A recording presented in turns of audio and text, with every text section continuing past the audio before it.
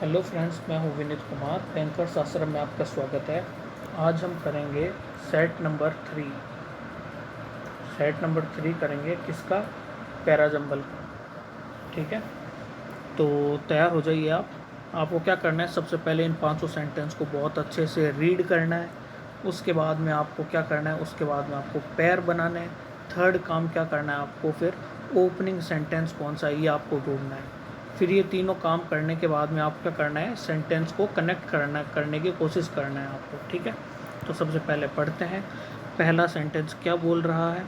This has a huge implication for the health care system as it operates today, where depleted resources and time lead to patient rotating in and out of doctor's office, oftentimes receiving minimal care or concern from doctors.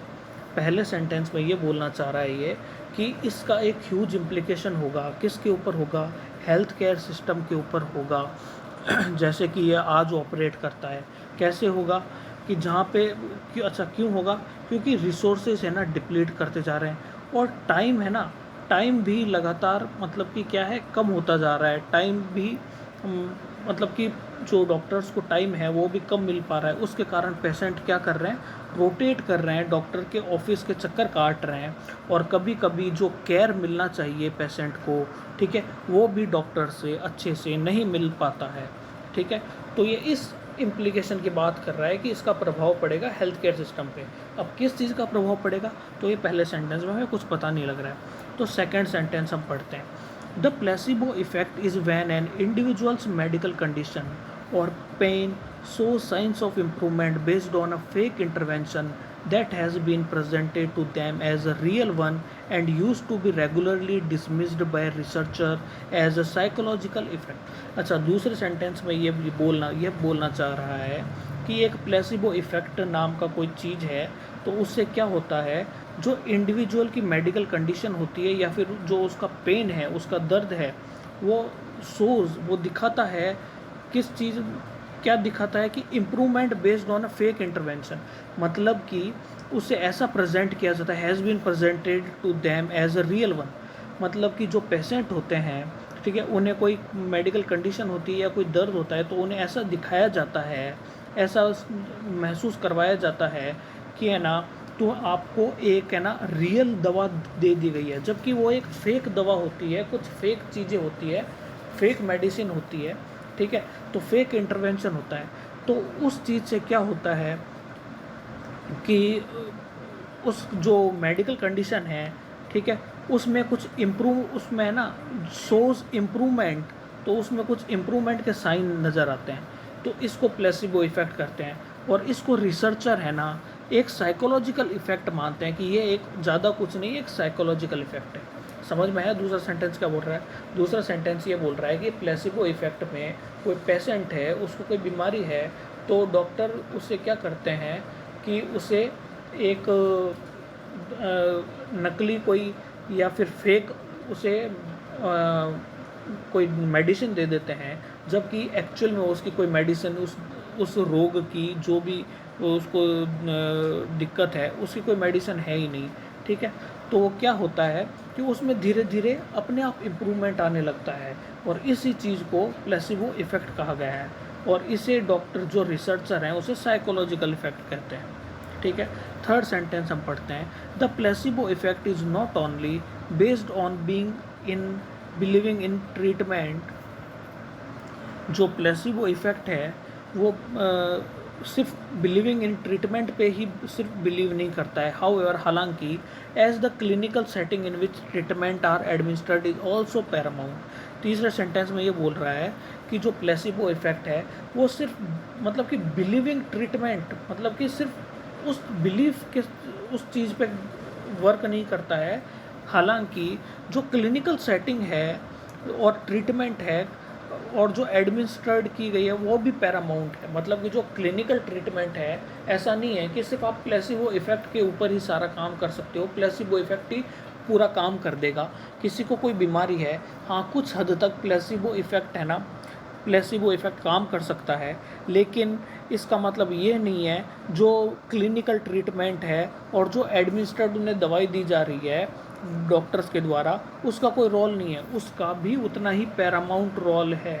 ठीक है, fourth sentence में क्या बोल रहा है, that the mind has the power to trigger biochemical changes because the individual believes that a given drug or intervention will be effective could empower chronic patient through the notion of our body's capacity for self healing. चौथे sentence में ये बोल रहा है कि हमारे mind के पास इतनी पावर है कि वो है ना बायोकेमिकल चेंजेस है ना ट्रिगर कर देता है। क्यों ट्रिगर कर देता है?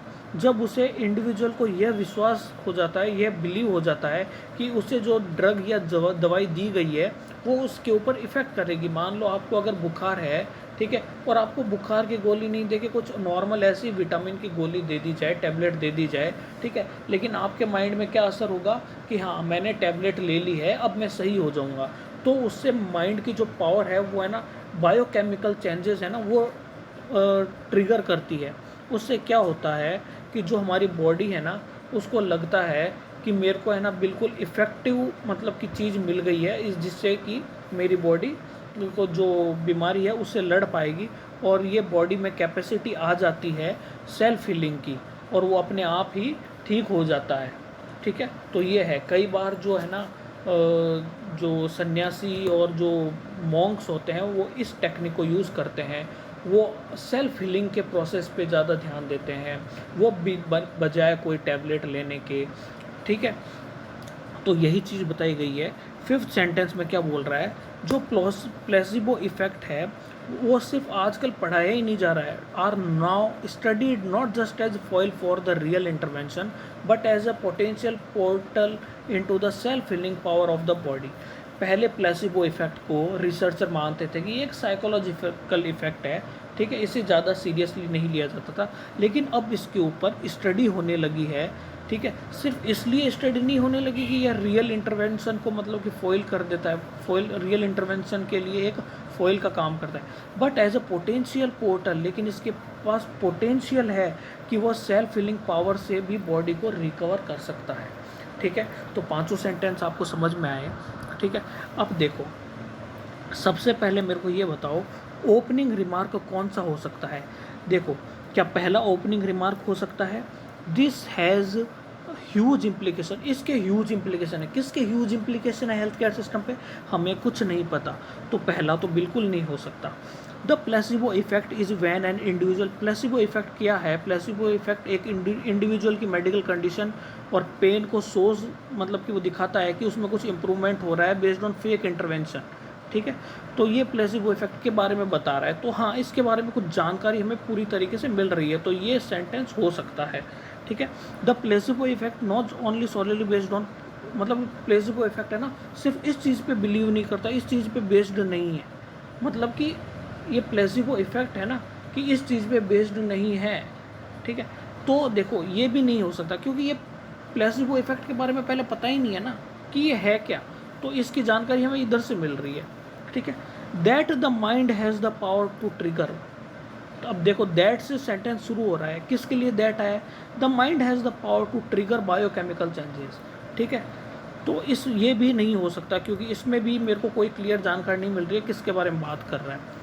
ठीक है, पांचवा सेंटेंस है प्लेसिबो इफेक्ट है ना, अब प्लेसिबो इफेक्ट की पढ़ाई करवाई जा रही है। अच्छा, पहले नहीं होती थी क्या, पहले क्या हो रहा था। ठीक है, और रियल इंटरवेंशन में पोटेंशियल है प्लेसिबो इफेक्ट में, तो मेरे को जानकारी मिल रही है कि इस पूरे पांचों सेंटेंस में एक चीज़ की बात की गई है, वो है प्लेसिबो इफेक्ट। तो मैं पहले वो सेंटेंस देखूंगा कि प्लेसिबो इफेक्ट है, उसकी पूरी जानकारी, पूरा क्या चीज़ है ये मेरे को कहाँ से पता चल रहा है, तो ये मेरे को 2 नंबर सेंटेंस से पता चल रहा है। ठीक है, 2 नंबर सेंटेंस से मेरे को पता लग रहा है, 2 नंबर से। तो मेरा ओपनिंग सेंटेंस कौन सा हो जाएगा, मेरा ओपनिंग सेंटेंस हो जाएगा इधर 2। ओके, तो मेरा ओपनिंग सेंटेंस 2 हो गया। अच्छा, सेकंड सेंटेंस बताओ, सेकंड सेंटेंस क्या होगा, ओपनिंग सेंटेंस मान लिया कि मेरे 2 है, ओपनिंग सेंटेंस 2 है, 2 है। अब मेरे को ये बताओ कि प्लेसिबो इफेक्ट के बारे में इसने इधर बात कर ली कि प्लेसिबो इफेक्ट मतलब कि बेस्ड है fake intervention used to be regularly dismissed psychological effect. ठीक है, इसे साइकोलॉजिकल इफेक्ट समझ के इसको डिसमिस कर दिया जाता था। ठीक है, अब आगे क्या बात कर रहा है कि जो प्लेसिबो इफेक्ट है ना, पहले तो साइकोलॉजिकल इफेक्ट मान के इसे सिर्फ है ना डिसमिस कर दिया जाता था, है ना। लेकिन अब आजकल तो क्या हो गया, इसको पढ़ाया भी जाने लगा है प्लेसिबो इफेक्ट को। अब तो पढ़ाया जाने लगा और इसके अंदर पोटेंशियल देखा जा रहा है self healing power of the body. ठीक है, ये कनेक्ट हो रहा है ना कि पहले इसको इतना सीरियसली नहीं लिया जाता था, अब इसको इतना सीरियसली लिया जा रहा है। ठीक है, तो नेक्स्ट हमारा कौन सा सेंटेंस हो जाएगा 5। अब 5 के बारे में देखो, अब इधर उसने बता दिया प्लेसिबो इफेक्ट क्या है। ठीक है, अब देखो, अब ये प्लेसिबो इफेक्ट है ना self healing power of the body. अब ये कैसे आती है सेल्फ हीलिंग पावर, कि भाई जो माइंड है ना उसके पास पावर है ट्रिगर करने की biochemical changes, because the individual believe that a given drug or intervention will be effective could empower chronic patient through the notion our body's capacity for self healing. ठीक है, self healing से समझते ही पहले तो इधर आ जाओ। ठीक है, अब ये है ना, ये काम करता कैसे है सेल्फ हीलिंग। ठीक है, अब ये काम इस तरीके से करता है, ये हमें बता रहा है कि माइंड के पास ये पावर होती है कि वो ट्रिगर करता है बायोकेमिकल चेंजेस को। तो इधर से मेरे को 4th सेंटेंस भी पता लग गया। ओके, अच्छा 4th के बाद में अब क्या आएगा, अब आएगा कि this is a huge implication. और इसका ह्यूज इम्प्लीकेशन है, किसका ह्यूज इम्प्लीकेशन है भाई, 4 के बाद में क्या आना चाहिए, that the mind has the power, इसका ह्यूज इम्प्लीकेशन है नहीं। ह्यूज इम्प्लीकेशन किसका है, प्लेसिबो इफेक्ट का है। ये दैट दिस किसके लिए यूज़ हुआ है, ये प्लेसिबो इफेक्ट के लिए यूज़ हुआ है। तो हमारा अगला सेंटेंस क्या होगा, जो प्लेसिबो इफेक्ट है वो सिर्फ इस चीज़ के ऊपर बेस्ड नहीं है कि ट्रीटमेंट कर दिया जाए, बल्कि इस चीज़ पे भी क्लिनिकल सेटिंग है ना, उस चीज़ पे भी बेस्ड है, उस चीज़ का भी रोल है, उस चीज़ वो चीज़ भी पैरामाउंट है। ठीक है, तो आ जाएगा 3। और जो ये प्लेसिबो इफेक्ट है ना, ये ह्यूज इम्प्लीकेशन होगा, इसका बड़ा प्रभाव पड़ेगा हेल्थ केयर सिस्टम पे। तो ये आ गया 1, समझ में आया ये आपको। तो 2 5 4 3 1, 2 5 4 3 एंड 1, ये हमारा बनेगा एक सीक्वेंस। ठीक है, इस 2 के अंदर तो क्या बताया गया, प्लेसिबो इफेक्ट के बारे में इंट्रोडक्शन दिया गया। ठीक है, और इसको क्या बोल के मतलब कि डिसमिस कर दिया गया कि ये एक साइकोलॉजिकल इफेक्ट है। ठीक है, फिर लेकिन अब क्या होने लगा, अब इसकी सीरियस स्टडी होने लगी, क्योंकि इसमें सेल्फ हीलिंग पावर थी। ठीक है, फिर क्या हुआ, अब इससे कनेक्ट होता हुआ सेंटेंस 4 था। अच्छा, ये सेल्फ हीलिंग पावर मतलब कि जनरेट कौन करता है, कैसे काम आती है, ये माइंड का काम है। ठीक है, फिर क्या होता है, फिर होता है कि जो सेल्फ हीलिंग, जो ये प्लेसिबो इफेक्ट है, ठीक है, ये क्या है, ये सिर्फ मतलब कि इस चीज़ पे बेस्ड नहीं है कि किसी को है ना मतलब कि फेक इंटरवेंशन करवा के उसको मतलब कि ठीक कर दिया जाए, जबकि क्लिनिकल ट्रायल का भी उतना ही बड़ा योगदान है।